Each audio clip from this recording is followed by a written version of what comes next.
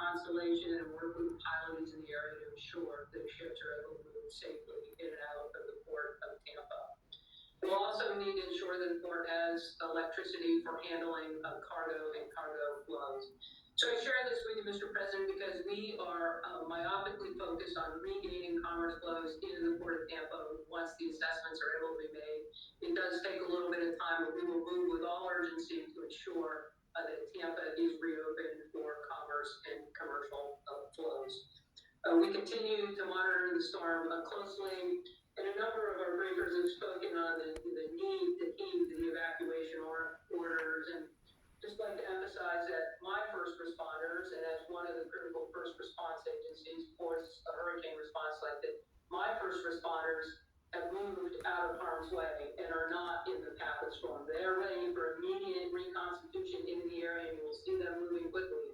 But as the storm effects come on, people really need to move into safe positions so that they do not lose their lives. Mr. President, your Coast Guard is ready to respond, and we are well positioned for that. Thank you, sir.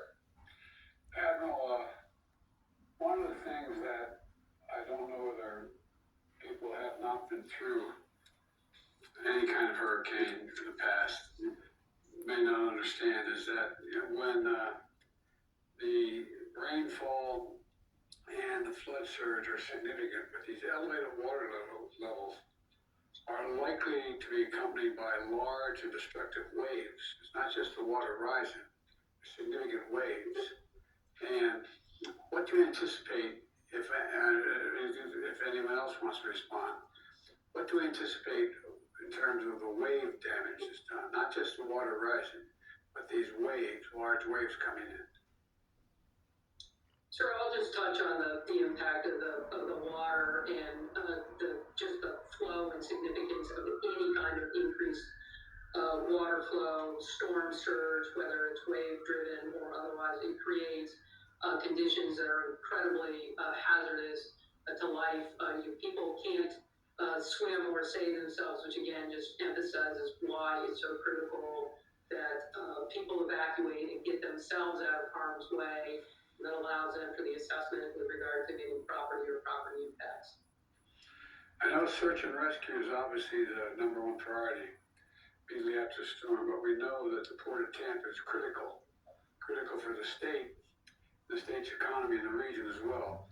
What can you and the Army Corps of Engineers do to get the port quickly reopened once this storm passes through? Thank you, Mr. President. We're already in conversations with the Army Corps of Engineers aligned on the need to begin those assessments as quickly as possible to determine whether there are any impacts from the storm or not and regain and reopen the Port of Tampa.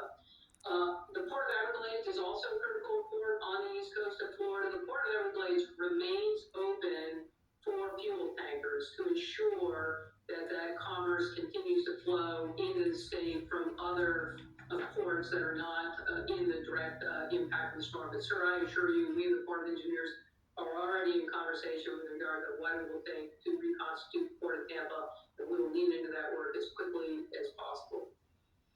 Thank you, Admiral. Appreciate it. Commandant, I echo the President's words. Thank you for what you and the men and women of the Coast Guard have been doing in response to Hurricane Helene and now this. And your emphasis on the importance of the port in Tampa is critically important to recovery. So thank you for all the work that you are doing. I know that resources are spread thin in terms of your folks being on the ground in every area right now. And you're doing an extraordinary job, so thank you for that. Thank you, Madam Vice President.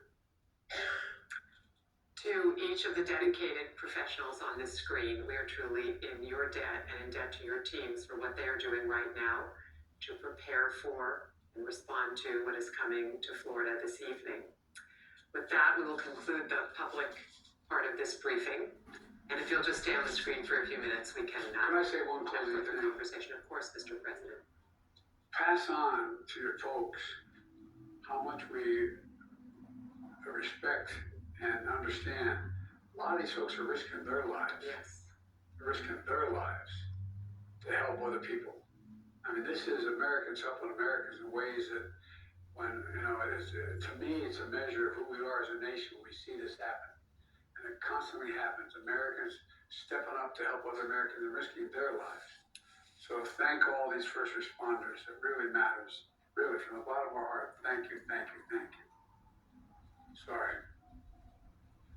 We're ready.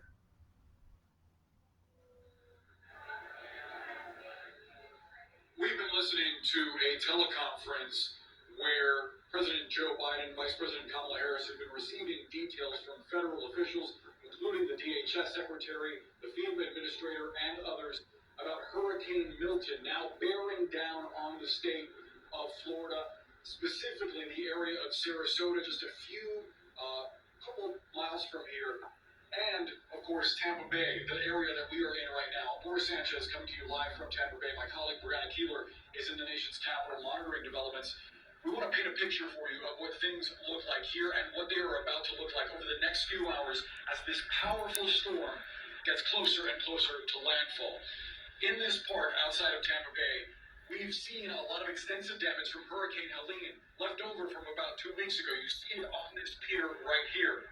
You're looking eastward toward Tampa Bay, and there are planks of wood strewn about. There is scrap metal in different areas. And one of the most concerning things about this hurricane, aside from the powerful winds that are headed this way, somewhere in the vicinity of 125 to 140 miles an hour, is the storm surge. And we're seeing an ominous sign of what is to come. Right now, the water is receding in Tampa Bay. That means that the wind is pushing it out. As we get later and later into the evening, this water will return, and we are expecting a storm surge anywhere from 8 to 12 feet here in Tampa Bay. If you look over in the distance on that side, you're supposed to see skyscrapers. You're supposed to see the skyline of Tampa Bay, but it is clouded right now because of the strength of this storm. And over here to my right, you have something that officials have been warning against. You see onlookers, people with children coming outside, even in this dangerous state. We've seen tornadoes touch down across the Gulf Coast of Florida. So that right there is a terrible idea. We hope that those folks will soon head inside. Right now, we want to get the very latest on the forecast from Elisa Ralph. She's in the CNN Weather Center. Elisa, bring us the latest update.